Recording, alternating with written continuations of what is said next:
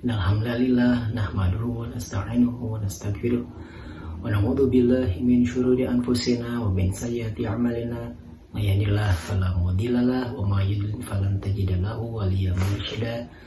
Asyhadu an la ilaha illallah wahdahu la syarika lah wa asyhadu anna Muhammadan abduhu wa rasuluh la nabiyya ba'da. Amma ba'd. Imam Ali dulu pernah mengatakan bahwa jangan terburu-buru menilai seseorang karena seseorang itu ditentukan oleh akhir kehidupannya, bukan awalnya.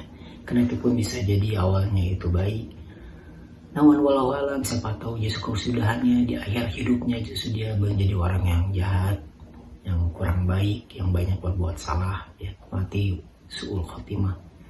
Demikian pula sebaliknya, ada orang yang tadinya nyebelin, yang tadinya jahat, yang tadinya kurang baik, tapi justru di akhir hidupnya menjadi orang yang soleh, menjadi orang yang baik sekali. Husnul khotimah. Jadi kata Imam Ali, jangan terburu-buru menilai seseorang. Dan ungkapan tersebut rasanya cocok kalau kita kaitkan dengan kisah yang akan saya sampaikan, yaitu tentang sahabat Khalid bin Walid, seorang panglima perang yang luar biasa gagah, senantiasa memenangkan di seluruh peperangan yang ia pimpin. Ya. Awalnya dia kafir, tapi kemudian dia berbalik menjadi seorang mukmin, seorang yang menjadi pembuka kemenangan-kemenangan negeri-negeri Islam. Dialah yang memporak-porandakan barisan kaum muslimin pada perang Uhud, sehingga kaum muslimin mengalami kekalahan. Namun setelah perang Uhud, Khalid berubah mendapatkan hidayah. Dia dalam hatinya dia meyakini bahwa sudah jelas bukti-buktinya bahwa dia itu benar yang dimaksud adalah Rasulullah. Maka dia pun bergegas segera pergi ke Madinah untuk menemui Rasulullah dan menyatakan keislamannya. Dia tunduk berserah diri pada al-Islam. Tengah jalan dia bertemu dengan dua sahabatnya, yaitu Amr bin As dan Utsman bin Tolhah. Maka ketiganya bergegaslah pergi ke Madinah hendak menyatakan keislamannya di hadapan Rasulullah dan bersyahadat asyhadu an la ilaha illallah wa asyhadu anna Muhammadar Rasulullah. Lalu kata Rasulullah, saya yakin bahwa kalian adalah orang-orang yang cerdas. Mereka itu orang-orang cerdas pasti suatu saat akan masuk dari Islam. Lalu apa coba yang dikatakan oleh Khalid bin Walid ketika setelah Islam? Khalid bin Walid langsung melepaskan semua atribut-atribut jahiliyahnya, kalung-kalung segala macam dia berikan kepada Rasulullah. Kemudian pedangnya malah mau diserahkan juga kepada Rasulullah. Kata Rasulullah, tidak, nggak usah, itu senjata itu pegang buat sama kamu aja, nggak usah diserahkan kepada Rasulullah. Lalu kata Khalid bin Walid, ya Rasulullah, tolong doakan saya agar Allah mengampuni atas segala dosa dan kesalahan saya di masa lalu. Kemudian kata Rasulullah, innal islama yajubu ma kana qablahu. Sesungguhnya Islam menghapus segala dosa dan kesalahan di masa lalu. Lalu kata Khalid bin Walid, kendati pun seperti itu ya Rasulullah, tolong doakan saya agar Allah mengampuni saya. Kemudian Rasulullah mengangkat tangannya dan mendoakan Khalid bin Walid, Allahumma gfir li Khalid bin Walid kullama udi'a fihi min siddin an sadirika. Ya Allah, aku mohon kepadamu untuk mengampuni Khalid bin Walid atas apa yang ia lakukan menghalang-halangi orang di jalan Allah pada masa lalu. Inilah yang menjadi kelebihan Khalid bin Walid. Kendati pun dia sudah dijamin bahwa keislaman akan mengampuni dosa-dosa di masa lalu, tapi dia tetap ingin diyakinkan bahwa Rasulullah memohonkan ampun untuk dirinya. Karena hati Khalid bin Walid terbukti ketika perang Mu'tah, di mana Rasulullah menugaskan 3 sahabat utama. Diangkat Zaid bin Harithah sebagai panglima perang.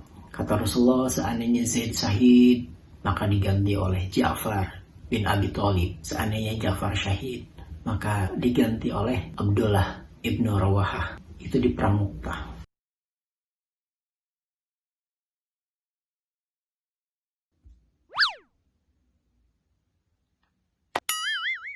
Ketika peperangan berkecamuk, Rasulullah di Madinah di dalam satu masjid tiba-tiba berdiam. Kemudian Rasulullah meneteskan air matanya.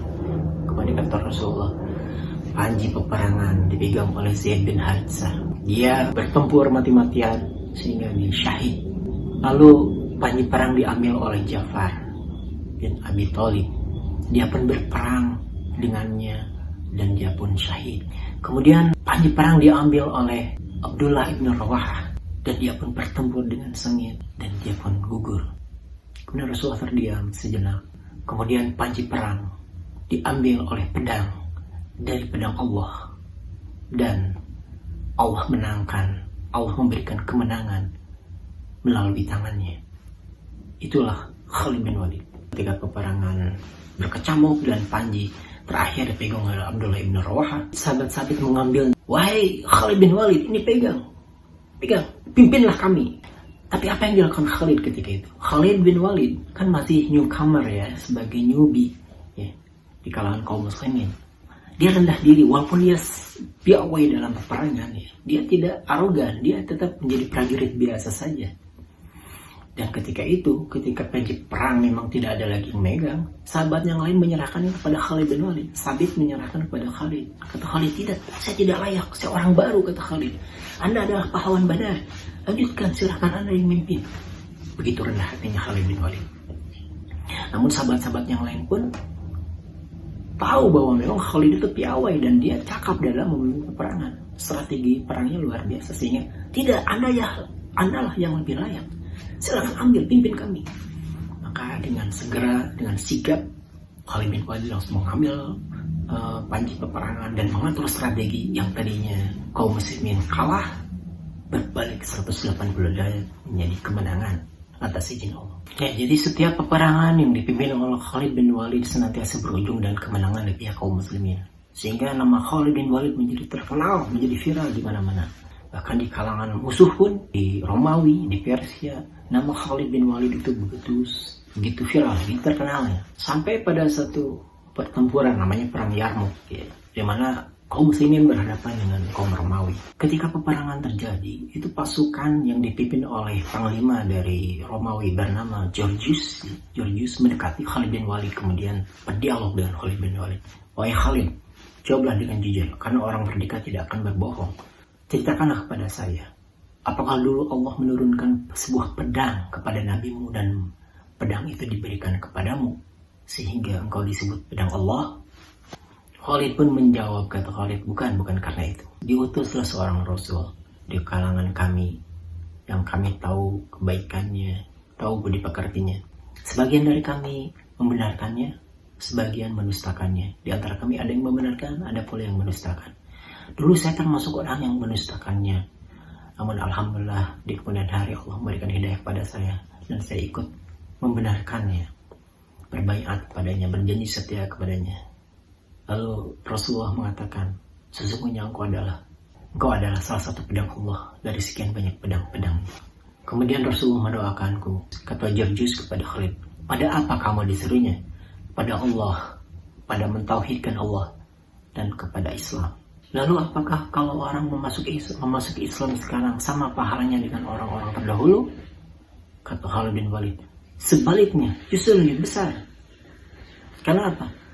Dulu kami melihatnya, kami melihat bukti-bukti kenabiannya. Wajar kalau kami Islam.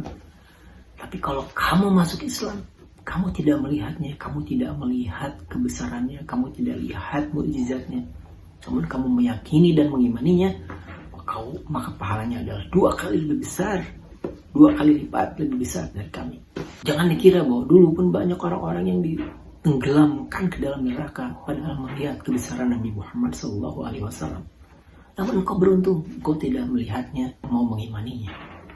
Maka panglima Georgius pun langsung mengatakan, wahai Khalid, ajari aku Islam. Dan dia pun masuk Islam. Dan kini dia berperang berada di barisan kaum muslimin. Sehingga dia menemui syahidnya dalam peperangan tersebut. Luar biasanya Khalid juga terlihat tampak. Ketika apa? Ketika peperangan demi peperangan senantiasa berujung dengan kemenangan. Tidak ada satu peperangan pun yang dipimpin oleh Khalid bin Walid kecuali berujung dengan kemenangan di pihak kaum muslimin. Nah, melihat kenyataan ini, Umar ibn Khattab radhiyallahu anhu di Madinah sebagai khalifah pengganti Abu Bakar mengkhawatirkan kondisi ini. Khawatir orang-orang nanti terlalu mengagung-agungkan Khalid bin Walid, dan khawatir kaum muslimin nanti bergantung terlalu menggantungkan nasibnya kepada Khalid bin Walid dalam setiap peperangan. Oleh karenanya Umar bin Khattab berpendapat lain. Khalid bin Walid harus dicopot dari posisinya sebagai panglima perang. Tapi apa yang terjadi? Di saat puncak karirnya, di saat demi kemenangan diraihnya, wajar kalau dia dapat apresiasi, kalau dia diangkat jadi panglima. Tapi apa yang terjadi ketika Umar bin Khattab memutuskan untuk menurunkan posisi Khalid bin Walid sebagai panglima dan diserahkan kepada yang lainnya, kepada Sa'ad bin Abi Waqqas? Khalid bin Walid mengatakan, saya berperang bukan untuk Umar, saya berperang untuk Allah. Jadi panglima atau jadi prajurit sama saja, begitu. Tidak ada arogansi, tidak ada merasa bahwa enak aja saya diganti, saya udah banyak prestasinya, enak aja saya mau diturunkan jadi prajurit. Tidak ada kata-kata itu sedikit pun dari yang keluar dari Khalid bin Walid. Tapi Khalid bin Walid sami'na wa ata'na pada apa yang disampaikan oleh Umar bin Khattab, kepada perintah dari khalifah. Ketika khalifah menyatakan bahwa kamu harus turun sebagai panglima dan menjadi prajurit biasa saja, dengan bisa berbesar hati menerima keputusan itu. Kalau sekarang, bisakah itu terjadi? Wallahu a'lam. Mungkin orang akan tersinggung, akan marah ketika diturunkan posisinya dari posisi tertinggi dalam sebuah pasukan menjadi prajurit biasa. Tapi Khalid bin Walid tidak. Sekian banyak peperangan Khalid bin Walid lalui. Tapi apa yang terjadi ketika masa tuanya? Khalid bin Walid menginginkan sekali agar dia menemui syahidnya ketika berperang.